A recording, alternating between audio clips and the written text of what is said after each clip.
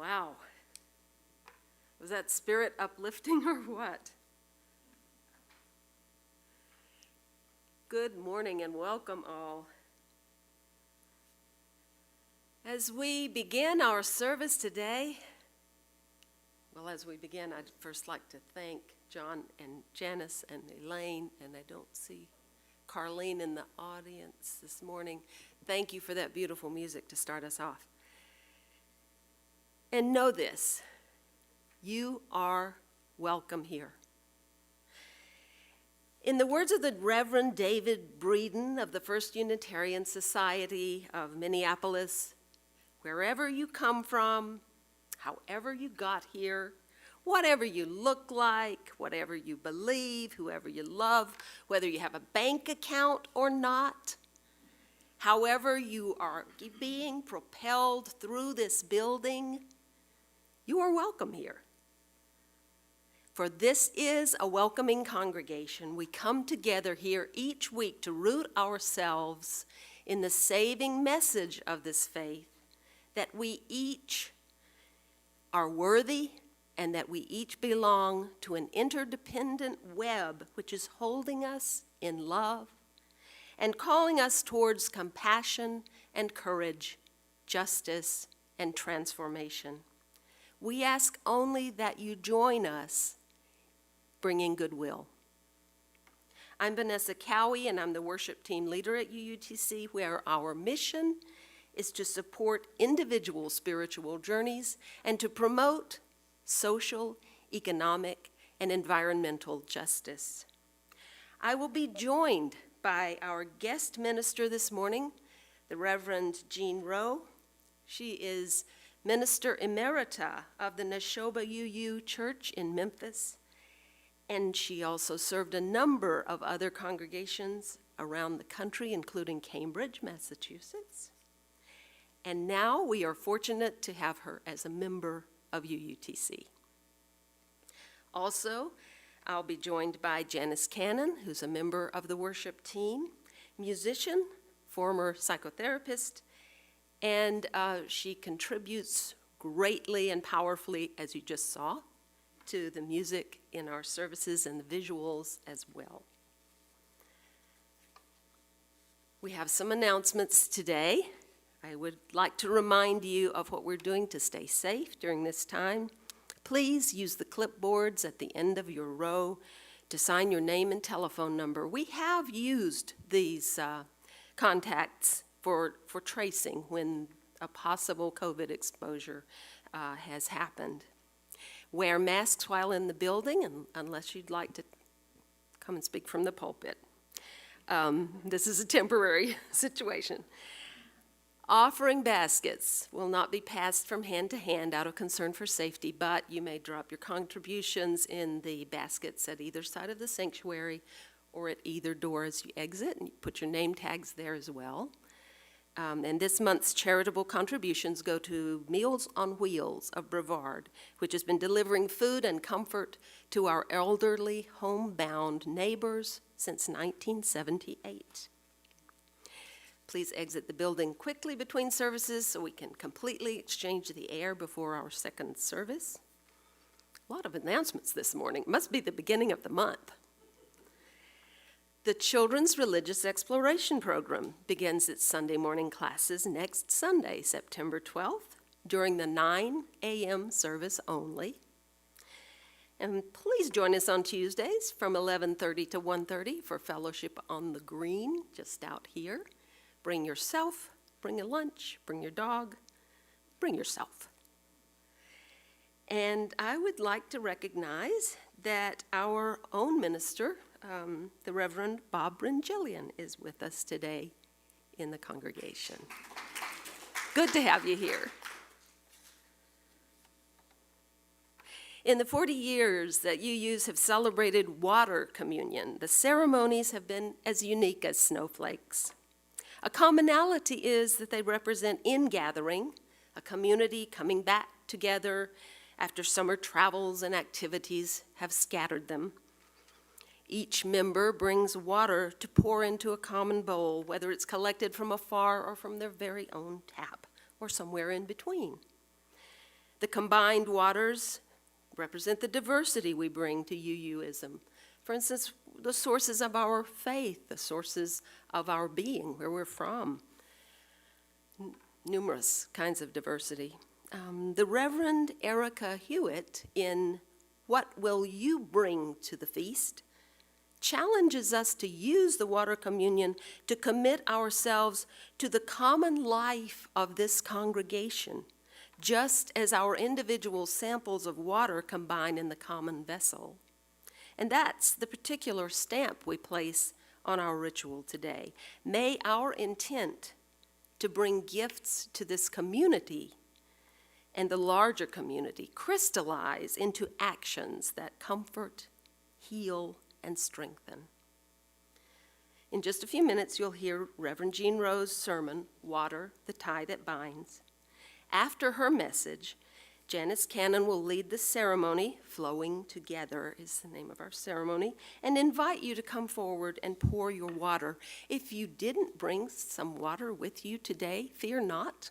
Feel free to adopt a portion of the water that's in the pitcher here and just pour that into the bowl to symbolize our coming together. Now we'll move more deeply into our worship service by lighting our chalice, which is the symbol of Unitarian Universalism.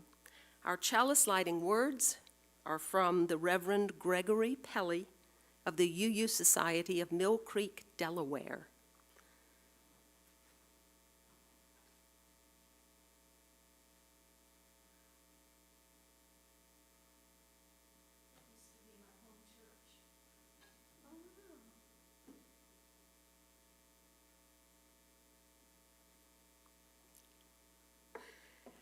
And so we gather from the ebb and flow of our lives, thirsty for connection to ourselves, thirsty for connection to others, thirsty for connection to the larger life.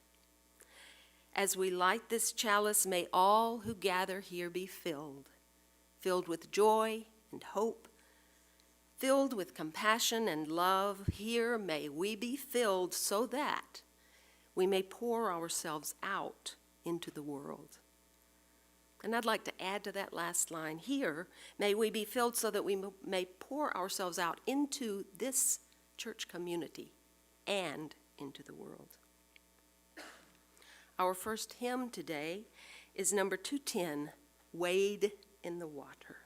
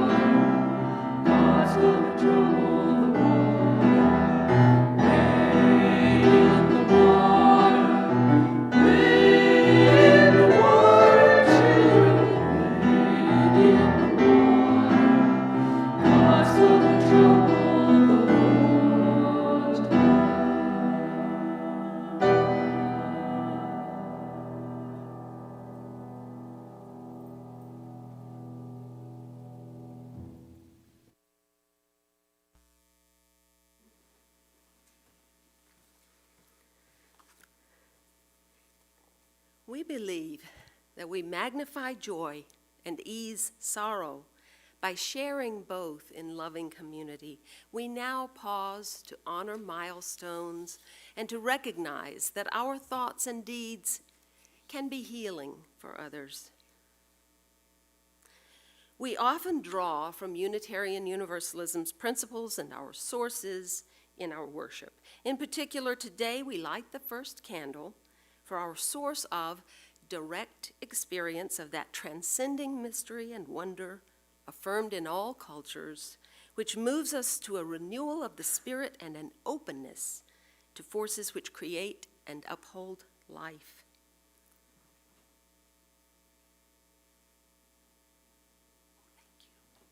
Thank you. We honor and claim the love and oneness of the universe to uphold and strengthen each other, creating the bonds that are a balm for our existential aloneness. Our second candle honors the Jewish and Christian teachings which call us to respond to God's love by loving our neighbors as ourselves. We use our own experiences of an internal pain and anguish to consciously recognize those tender places in each other, together offering the nurturing, healing balm of water today. Our third candle draws on another source, spiritual teachings of earth-centered traditions which celebrate the sacred circle of life and instruct us to live in harmony with the rhythms of nature.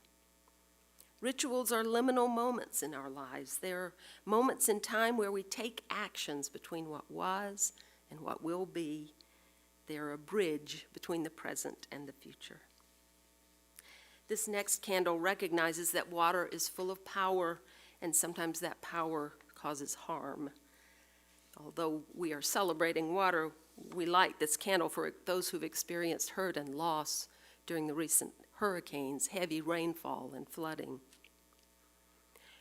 And we light another candle because still, after all these months, essential workers go into harm's way every day to provide for us and to protect us in a time of pandemic. Our candle is for concern and gratitude. Let's light a candle in gratitude that Reverend Bob has joined us today. And his wife, Christy. Yes, and Christy. Thank you for both. Grateful to have both of you here. And we light a candle for those milestones shared this day in online chat and in person. And we light a final candle for all the joys and sorrows that remain unspoken at this time. And thank you, Reverend Jean. And you're up.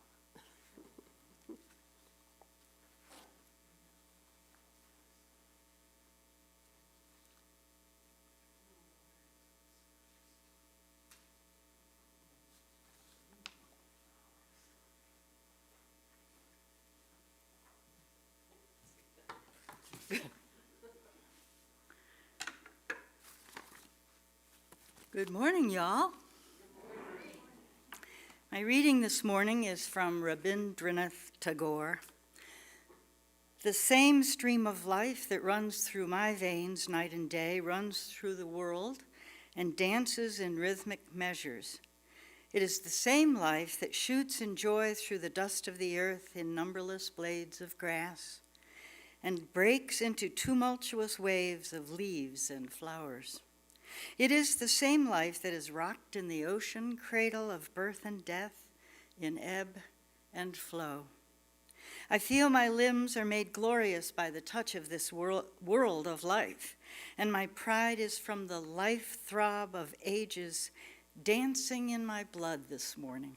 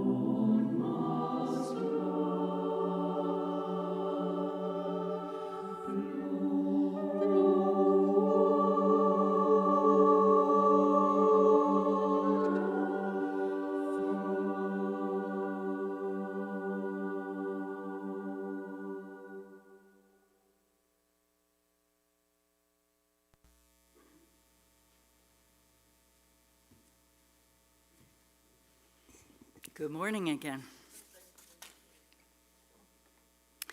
We who live near the headwaters of a beautiful river in a land of waterfalls, a land of frequent rain, we know about water. We know that the oceans and lakes give off water vapor to form clouds which move over our mountains and release water as rain or ice or snow. Our mountains catch the water in the rich, moist soil of decaying trees and ferns and hold it like a sponge until the water seeps against the mountain rocks. And soil releases the water as streams and waterfalls, and the water is gathered into the Pigeon and the Green and the Broad and our own French Broad rivers. We know this cycle of unity. Small drops of rain become streams and rivers gathering together on the way to the ocean. So we too come to this congregation as individuals and join our gifts and talents as a strong and healthy river of life. It's really nice to see a bigger attendance today. Feels more like the community we are.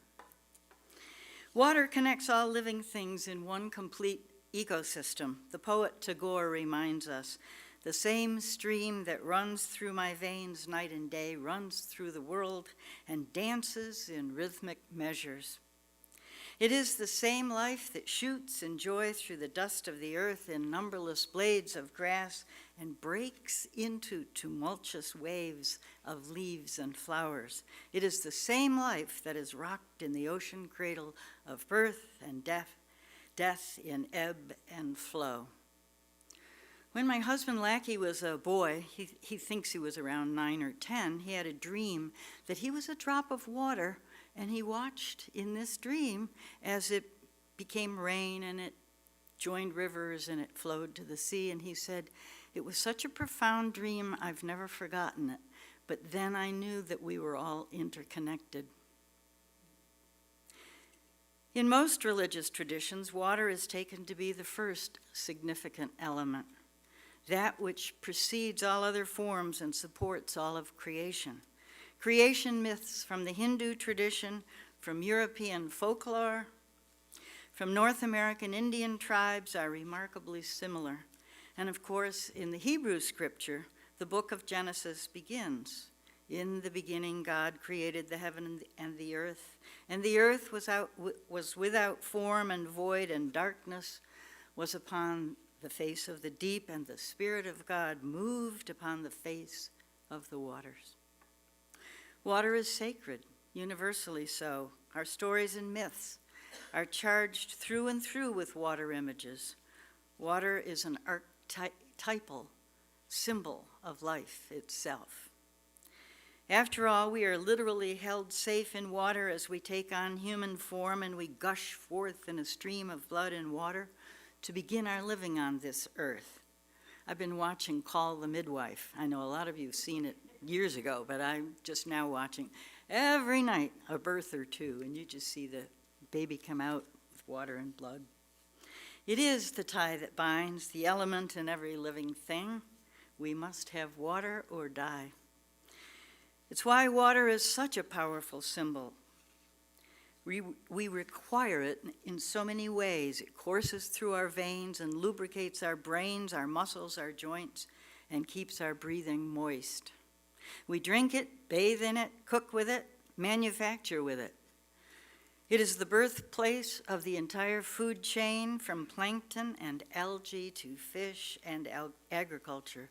It supports the shipping of goods and people all over the planet in outrigger canoes and ferry boats and giant oil tankers. It floods beaches and cities and alluvial plains, leaving debris and nutrient-rich soil. Water is life. Of course, we know that too much water in too short a time is death. In Canton and Crusoe, Balsam Grove and Rosman and Waverly, Tennessee, in Philadelphia and New York City and Los Angeles, and oh, poor Grand Isle, Louisiana, virtually gone. On the outer banks of North Carolina, where the hurricanes sweep across Route 12 and cut them off from our mainland, they know that too much water in too short a time is death. Water is dangerous, we know, but still necessary. Here by the mountains, with good rainfall and rivers from which we tap our clean, abundant water, we are blessed and easily take our watery blessings for granted. I think it's one of the best things about living in the Western Carolinas. We have water. Forests in the West are tinder dry, and forest fires have devoured millions of acres of timber and destroyed homes and lakes and reservoirs.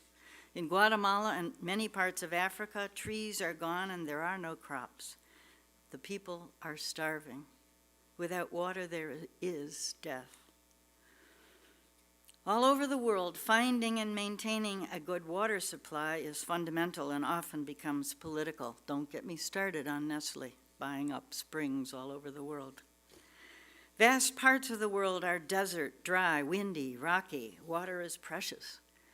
In Afghanistan, a country in which we've had a crash course these last 20 years, desert dwellers rely on wells and irrigation pipes that tap deep underground springs.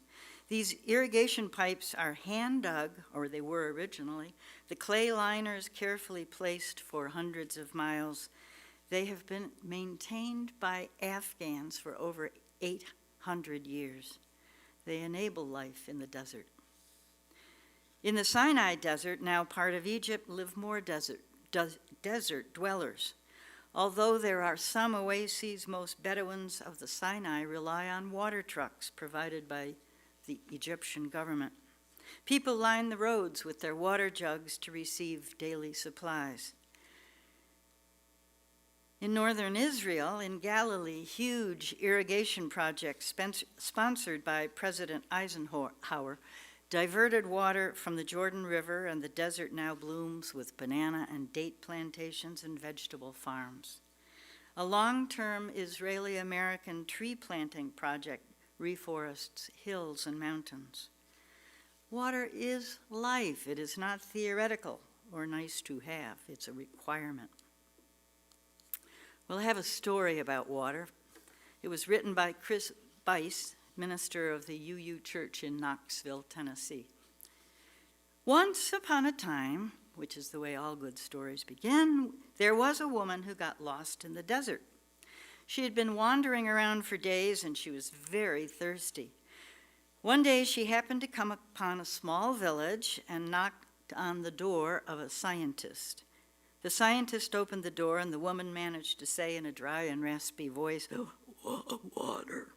All she had the energy to say was that one word, and the scientist said, "Yes, water is an interesting subject to talk about," water being the colloquial word for when one atom of oxygen bonds with two atoms of hydrogen to form the molecule we call H2O. The woman looked at the scientist again, and her eyes were pleading with him, but all she could manage to say was the one word, "water." The scientist replied, "Well, that's precisely what I'm talking about. It is interesting to note that the two hydrogen atoms become attached to one side of the oxygen atom. The molecule thus formed has a positive charge on one side and a negative charge on the oxygen side. I see you look confused. Let me draw you a picture." And as the scientist was drawing his diagram, the woman grew thirsty and thirsty. Once again, she cried out, "Water."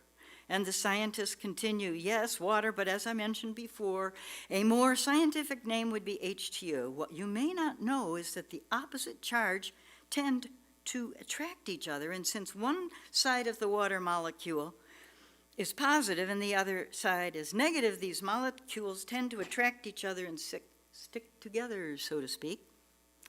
The scientist started to draw another diagram, and when he noticed that the woman wasn't listening to him anymore, she had walked over to the side of the house and turned on the faucet and began drinking right out of the water hose.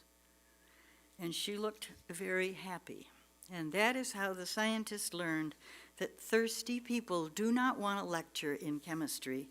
All thirsty people want is water. When we have real needs, we want them met. We don't want a lecture about it or a sermon. We're all of us thirsty for water or for things of the Spirit or for companionship or forgiveness or just company after the isolation of this pandemic or hope. That's why we come to a congregation. We want to find community and we want to find meaning. We need things of the Spirit. Did you know that water may well be interactive with living things, with human beings, trees, animals? That we may influence the quality of water we use, that our spirit affects the structure of water? Masaru Emoto, a Japanese research scientist, began conducting experiments with water in 1994. He would collect water samples from around the world, freeze it, and then analyze the crystals under a microscope. He started by studying and comparing water from clean mountain streams to city tap water. Water from the mountain streams and springs formed beautiful geometric designs in their crystalline patterns, while city water and polluted water formed distorted and damaged water crystals. As Emoto furthered his research, he began to make astonishing discoveries as water reacted to words, phrases, and music. Water exposed to positive words, music like, nice music, not hard rock. They formed good music, helped the water form beautiful crystals, but the water exposed to negative words or harsh music and thoughts formed fragmented crystals. Microwaving food or water destroyed any crystals. I've been thinking about that all week. And as I microwaved my husband's coffee this morning. And so, Emoto and his followers are recommending that we give thanks for the water we use and be careful as we interact with one another, for we affect other living beings and the liquids we use. Our words and music and attitudes affect one another and that water. Water is like our congregation. Each of us brings our individual gifts and hopes and joys and money, which alone are enough, but together are magnified and enhanced. I make you better, you make me better. We too weather storms and learn to heal and become whole, both individually and as a congregation. Christians use water in their rites of baptism as a symbol of dying and drowning to an old way of being, immersion in new life of the Christ Spirit, and as a symbol of washing clean and starting anew. Let the water we share today be a kind of rebaptism in the spirit of this community as we begin a new church program year.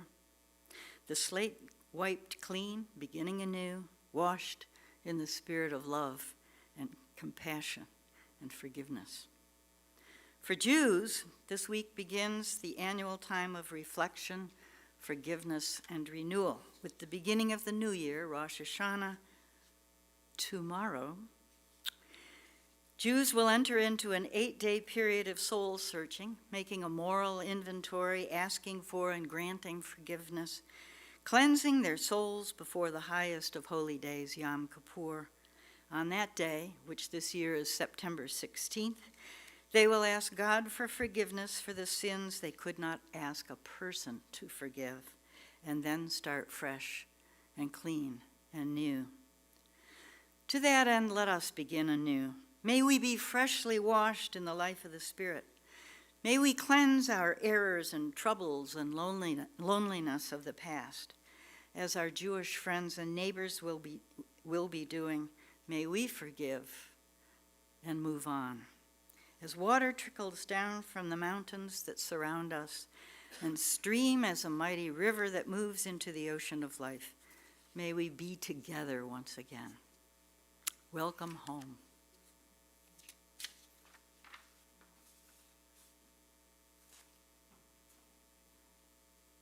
Yeah.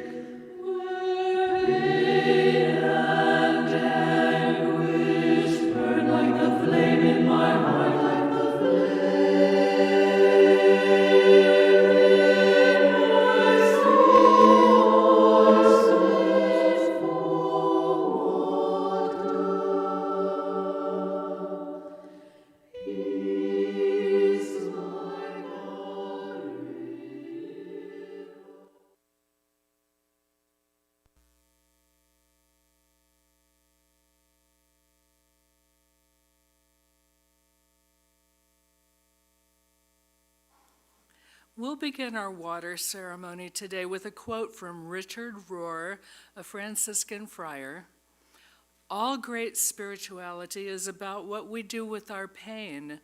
By trying to handle all suffering through willpower, denial, medication, or even therapy, we have forgotten something that should be obvious. We do not handle suffering. Suffering handles us in deep and mysterious ways that ironically become the very matrix of life. Suffering, and sometimes awe, has the most power to lead us into genuinely new experiences.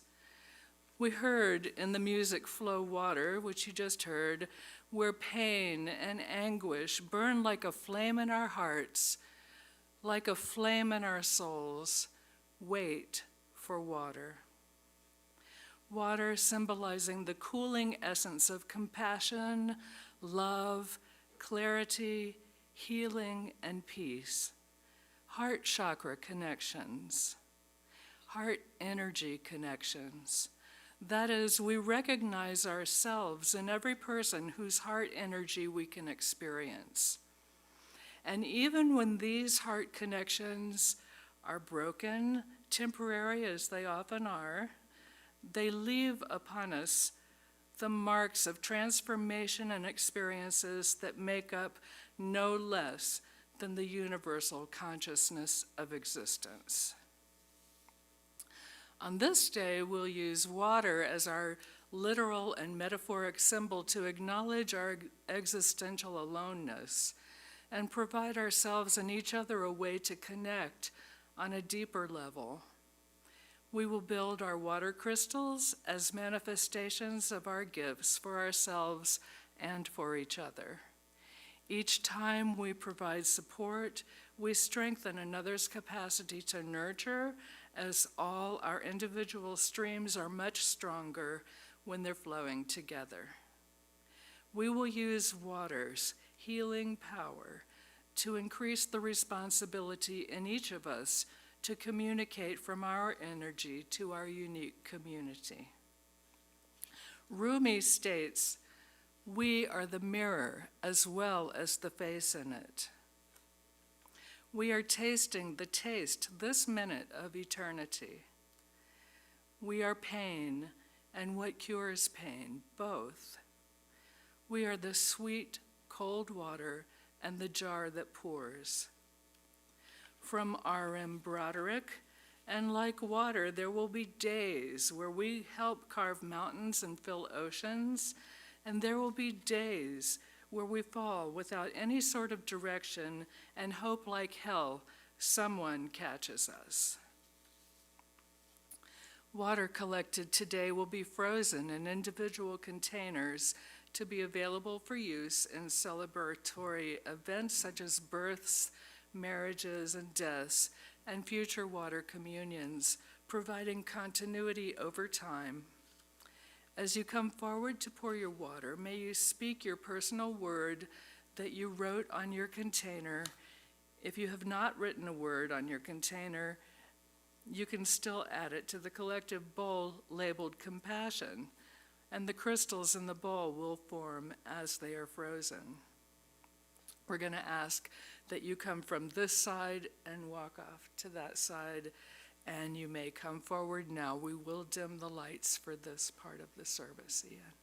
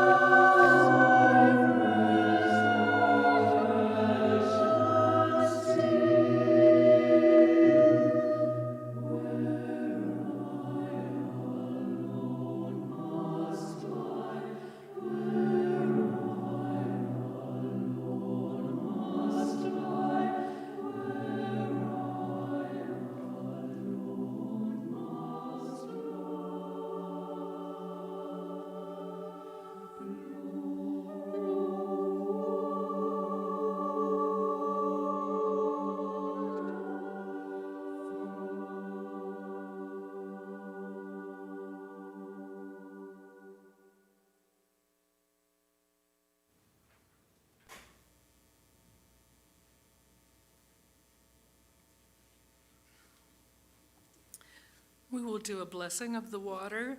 This litany by Ranwa Hamami is a call and response. When you hear a pause, please respond with the words, "This water is sacred."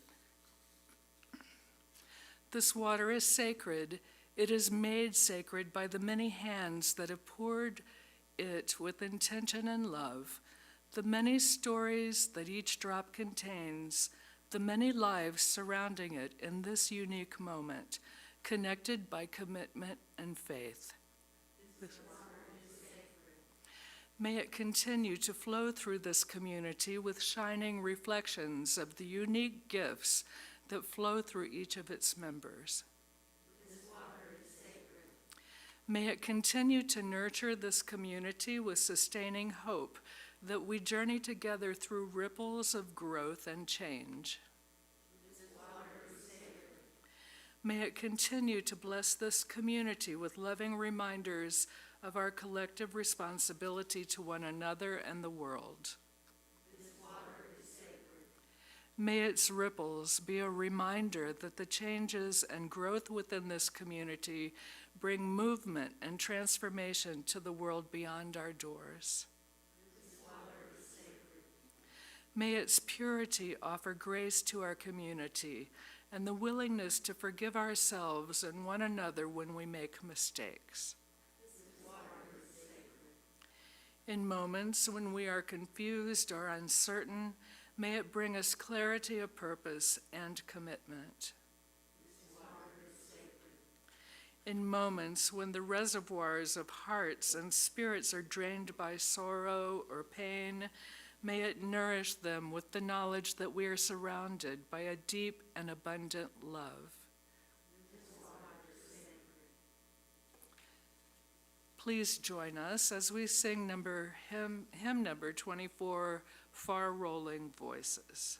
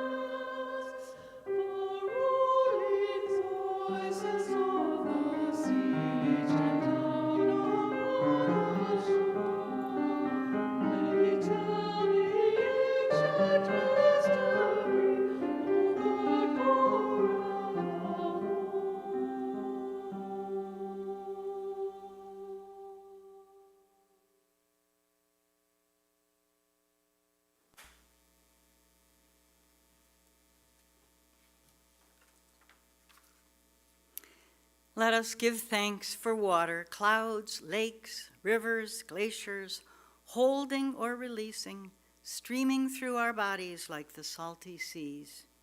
Let us give thanks for that which binds us together in a common life, and to the spirit of life that feeds and renews our longing, thirsty souls in community.